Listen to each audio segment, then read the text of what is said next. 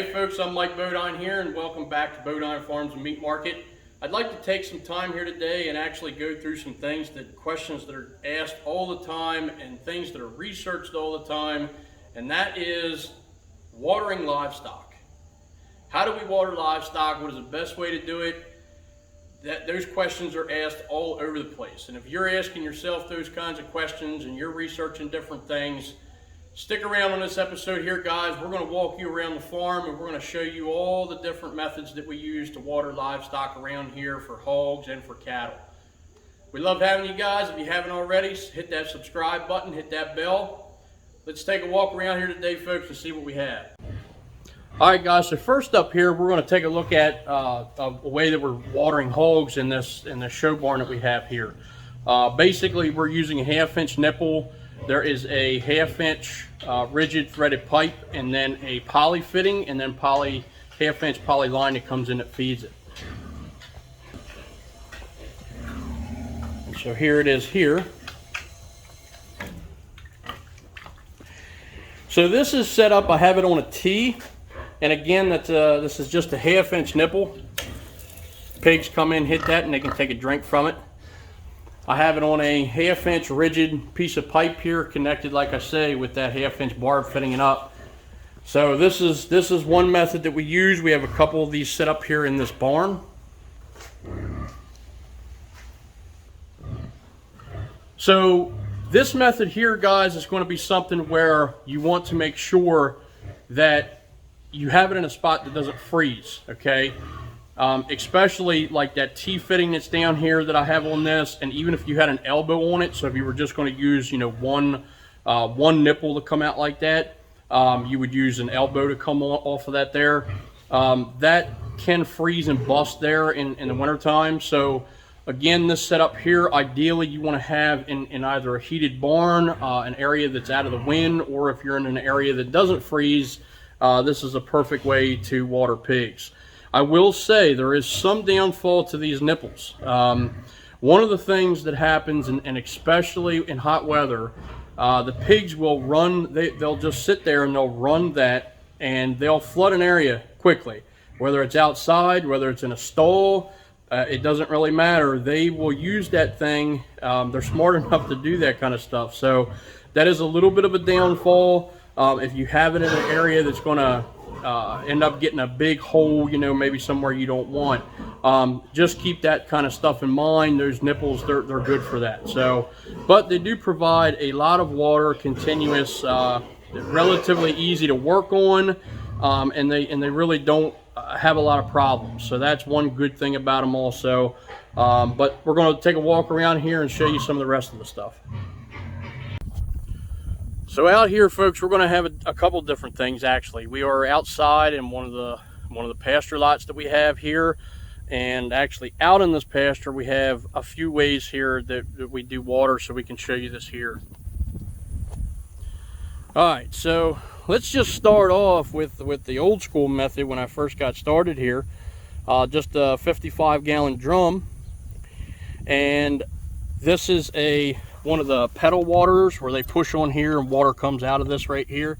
It's got a nice stand on the bottom, and as long as you keep that on a nice sturdy platform there, it works really good. Inside of those things here, and so this piece here, you can actually adjust this, and it will adjust the flow that's in and out of that thing there. That actually works pretty good. And then on this one, we had just happened to put another nipple out here. Again, you can pressurize these nipples here, or you can free flow them as well. Obviously, the pressurized are going to put out a lot more water, but free flow works just as well too. So this was an old way that we used to do it. In the winter time, you would just stick a tank heater in there. Unfortunately, a lot of times it would freeze up on the nipple here. But I will say that for the most part, and it will freeze, it'll still freeze up down there, but that pan, that water here, that bowl water, did work out pretty good. But we have gotten away from those methods, honestly. I just happen to have this tank still sitting out here. I've kept it all these years. Most of the reason why is because on this farm here, we've pretty much buried all of our water lines, and we've just gotten away from having to having to deal with ice and all of that. So that's the fun part about water. So here is just a right now out on this lot. It's like I say, it's, you know, weather's nice right now. We're just using a regular old open trough here, where the girls are going ahead and they're filling up here for one of the show calves they have and some goats that are in this lot. You know, but that's, you know, old school. Obviously that's going to create problems in the winter time, and you know, that is going to freeze. It's not an ideal way to really water you know, animals and livestock like that in the winter time. You can use the tank heaters and, you know, different things like that. You will battle that. I mean, you'll do the best that you can with it, but, you know, probably already know yourselves, if you're doing any of this type of stuff, you've had fun dealing with that. So here's another here's another water here, one of the nipples with just an elbow and then one nipple out on it. So in there we showed you that T where I had basically a nipple going to two different stalls. And then again, the tanks are the lines, the water lines here are buried, so we have a frost-free water spigot here. And ideally, in the wintertime, if you have to use it, you know, if you're using something like this, use the shortest hose that you can, or use one of those retractable hoses that shrink up, and disconnect it every day and take it into into your shop, into your house, or something somewhere warm. That is a neat little trick. You're still going to battle it, you're going to hate it, but it is a way to get around it if you don't have a way to run water, you know, in different ways, or maybe use some of the frost-free type stuff. All right, folks, so here we go with one of the Ritchie Thrifty King waters. This is a 2-hole water here. And this here really changes the game in the wintertime. And I will say that this thing here holds temperature very well, and I've never had water freeze in this thing. And that is actually without using any type of electric that's, you know, for it or nothing like that. We did run electric to it, and but we haven't had to use it, honestly. It's been very good by itself. Again, this thing just has, this is Bullet. He's one of our boars that we're actually getting ready to put in. He doesn't know it yet. He's going to get a bunch of ladies. He's a replacement boar we've been raising out here. But anyway, let's get back to this here. So again, guys, these guys lift these things up. Water floats in here. There's a float that's in this guy here, and it adjusts how much water flows in and out of this thing. So again, this is definitely the most ideal way. You pour concrete, so we've got a nice concrete slab. You'll see the different ways that we do these. Just a nice even concrete slab here, and I've got a video on actually how to install these if you guys go through and want to check out how you do that. All right, so here we are. This is this water here is specifically for cattle. It's a 2-hole here, again by Ritchie Waters. And the way that these guys work here, it's just got floating balls. They push down on it. There's water inside of that there. These are nice because they have a lid that you can just pick off here. See if I can get it off. And then it has a float that you can adjust right here, you know, on site. So again, you guys can see we ran electric to this. Again, just like that other water for the hogs, this is the same way. This is yet to freeze up. We've gotten down pretty cold, and for long durations of cold, and still have never had this thing actually freeze up. Every now and then it'll frost on these balls, but again, that's kind of what they're for. If you adjust them so that they're kind of floating, that's where they should be. Cows aren't really, they're not in this lot right now, and so they haven't been drinking it now. So we've had some rain and stuff extra, you know, to get through. That's pushed that water level up. But generally, when they're on this, they're going to keep the ball, you know, the balls will be floating right where they are, and they kind of float back and forth, and they'll go ahead and bust up the ice and you know, prevent it from actually getting ice on it. This is definitely, I have ran up to, I'm going to say, I think we had 43 head on this one water and never had a problem with it. I'm not 100% sure. I know they can water quite a bit of cattle, and you know, as long as you have enough water coming out to it. But This method here, like I say, another game changer when it comes to the winter time with watering animals. This is definitely one of the best waters that I've ever put on for watering cattle and getting away from those wintry deals that you're breaking ice. Again, this here is a bigger concrete pad that was poured. Again, the same type of install when it comes to putting these things together. Pretty easy though, honestly, guys. This is, if you're going to be doing things, honestly, this is definitely the best way of all of them. So this guy here, again, another Ritchie water here. This is another one of our winter pasture setup that we have. And this specific water is just a 1-hole and works the exact same way as that 2-hole does up there. You can still take that top off. You can adjust that in there. It's got that ball that floats around there, and this here is another really nice winter setup, and ideal, you know, all year long.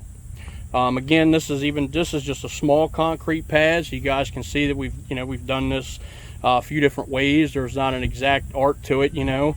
We just happened, because we have the drainage here, we just poured a smaller concrete pad, and that works as well. So a 1-hole, like I say, operates the same way, and again is definitely ideal for wintertime.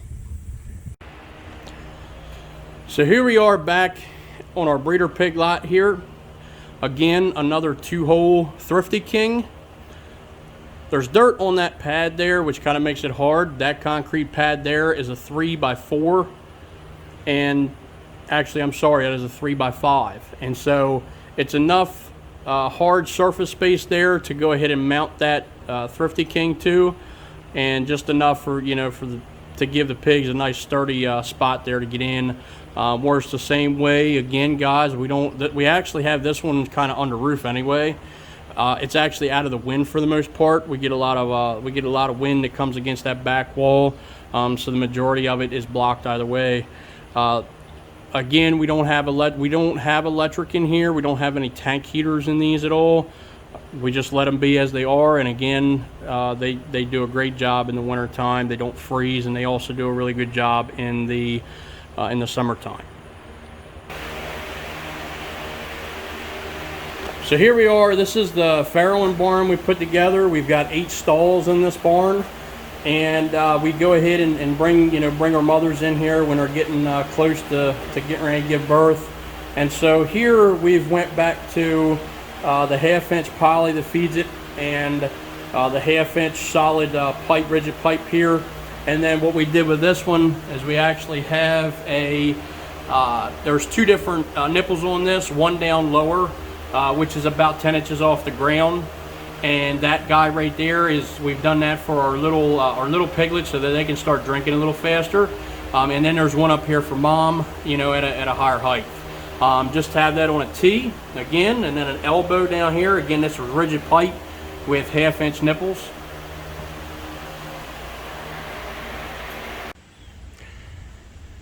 So here we are again, guys, yet another Ritchie water, another Thrifty King out here. Again, if you can kind of see how this is going, these have been the best waters that we have put in. I know that they do make different brands, and they operate the same way that these guys do.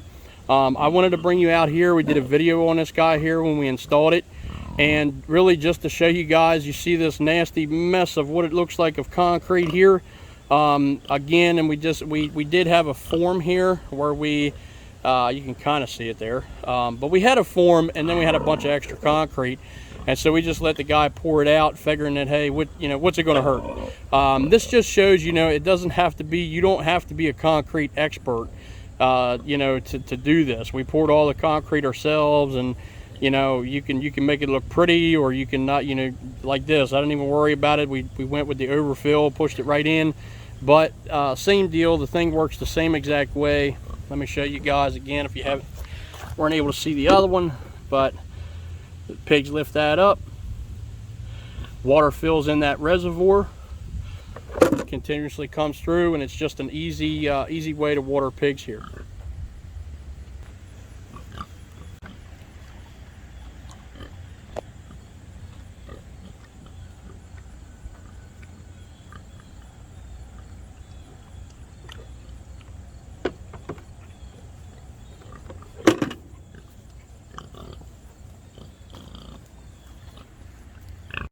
And then of course, guys, we always have nature's water holes here. Not the best idea, freezes up in the winter. You can never really rely on it. So here we are out here on one of our summer pastures here, and we will run this type of water here from spring to fall. Once it starts freezing, this is pretty much useless. This is an automatic float water here, connected to a hose and just a regular old stock tank. So again, this is it's really nice to have because it's a self water, and we haven't had any issues with this thing. It's worked pretty good. So for the months that it's not froze, this thing works really good. Here's another summer lot that we have, basically spring to fall again, using an automatic water, float water there, hooked to a garden hose. It is, you know, but all these lines out here are buried. The summer lots that we have, the lines are buried a little shallower here, and then these, obviously these guys here, you know, they're going to freeze up in the dead of winter. But we do run these guys while it's not freezing outside, and it works good. All right, so all you guys out there that are raising chickens, let's go over a couple different things. If you've been watching the channel, you're probably seeing, you know, we do have these commercial chicken houses. Maybe you haven't had the greatest look at the way that we do water chickens in these facilities here. But you can actually take what we do in these big facilities, and you can go ahead and utilize that in different ways on your own property. So let's take a second and we'll take a look at that actually. All right, so this here, guys, this is basically one of our water lines that are inside of the houses. They come in a 10-foot length. You can go ahead and you can buy these from any poultry supply house, you know, that you might have around you. I'm sure you can find them on the internet. This specific brand that we have is called Valco, and Valco makes different styles of water nipples for broilers and for roasters and stuff like that. So again, you can support this guy here, and then so you've got these water nipples here where, you know, the chickens come up, and when it's pressurized, they hit this nipple, and it provides them water, you know, constantly. I've seen these now where they have them with bucket waters with a couple nipples that you can get. But I figured I'd just take a second, because if you have a situation where maybe you're getting tired, or maybe you have a lot of chickens and those bucket waters just aren't doing the greatest of job, there's one thing that you guys could consider. You could take a 10-foot length of this. You can cut it different lengths, you know, whatever you want, you could add to it. But just like in our chicken houses here, you can get a little fancy. So you can buy what is actually considered an end kit, and this end kit comes with the piece here that you would put on. You would connect this to your line here. This guy here, where you see this, actually goes for your sight tube that you have. So you have the sight tube that goes on, and then that goes inside of your shut-off valve here, and then it's equipped with a piece that you can hook a hose to. Okay, so when you put all this stuff together here, you can put that right on your water line and take this section, and then on the other side go ahead and just put you a shut-off valve. Okay, and then you could take, what I would recommend doing is going ahead and getting like one of those the camper valve regulators, so that it doesn't apply all of the PSI coming from your pump into that water line. It would likely be too much. But if you get one of those water regulators, it generally regulates, I think, down to like 30 PSI. Stick that on to the end here where you're going to connect your hose, and then your sight tube that's going to go in there will show you how much pressure and how, you know, water availability either way. So that's one way to do it. If you want to get even fancier than that, you can actually go ahead and buy yourself a water regulator. Okay, and I'll just explain this guy here too. So again, this is going to go on, this would go on the end here. Okay, put that on the end. This water regulator has an adjustment here on this bottom that you can adjust the water to be more water in the line, less pressure in the line, and stuff like that. And then this the water hose would just hook right here to your flush and flow valve. So that would be an easy way to do that. And again, on this guy here, if I can set it down, I'm trying to hold the camera, do all this, but I at least want to show you guys. And then again, this right here, so you see this in the chicken house. This is the setup you see. So you put your sight tube on here, and you can adjust this water regulator here at any any PSI you want, pretty much, to get the flow that you want. So something like this setup here would be ideal if you're looking for a way to water, a bunch of chickens, and this would be a nice setup to use. All right, guys, so that's all the different ways that we water livestock around here. I hope you guys could take from that and maybe use that, apply that somewhere on your farm. And by all means, definitely, guys, I'd say, we're not perfect here. This is just some of the ways that we do things.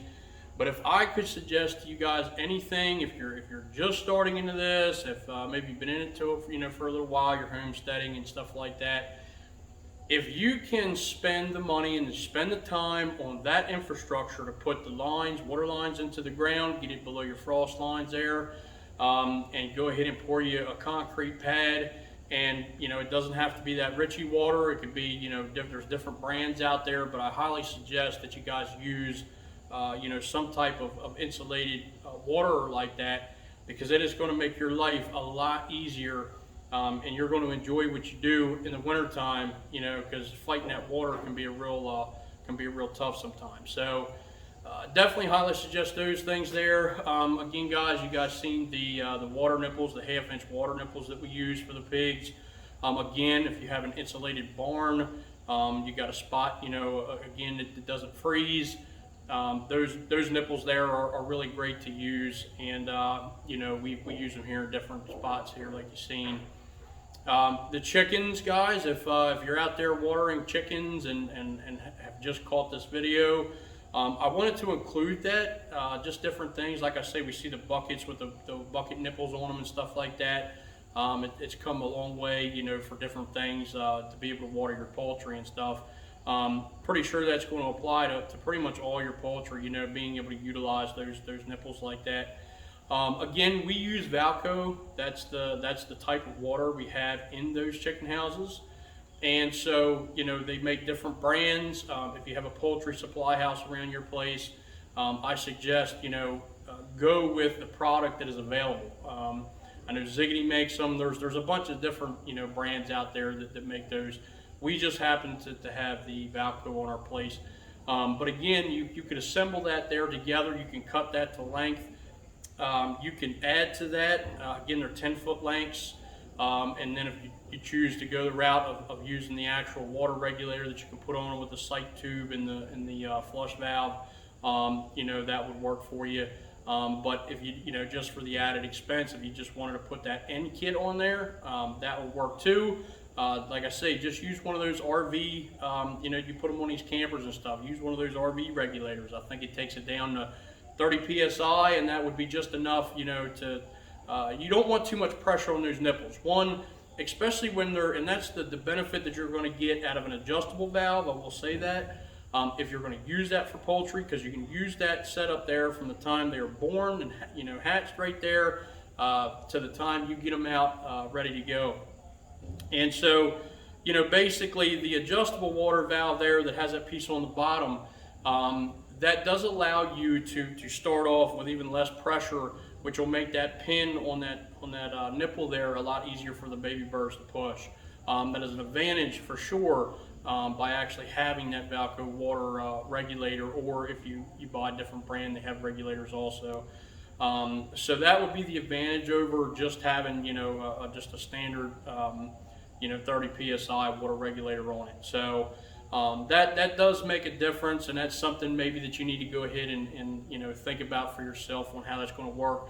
Maybe you use this for bigger bird setup and stuff like that. And maybe you have a different thing for your brooding areas. So you have that option there, guys, and I figured I'd show you. Again, there's a lot of ways you can do things, and I hope that this just helps you guys kind of further along on the way that we do things here, and different stuff like that. So again, guys, if you haven't already, please hit that subscribe button there. Hit that bell, and you'll find us when we post new videos and things like that. Loved having you guys along here on this episode, and I hope this helps you guys out there who are homesteading and just, overall farming. All right, guys, we'll see you again.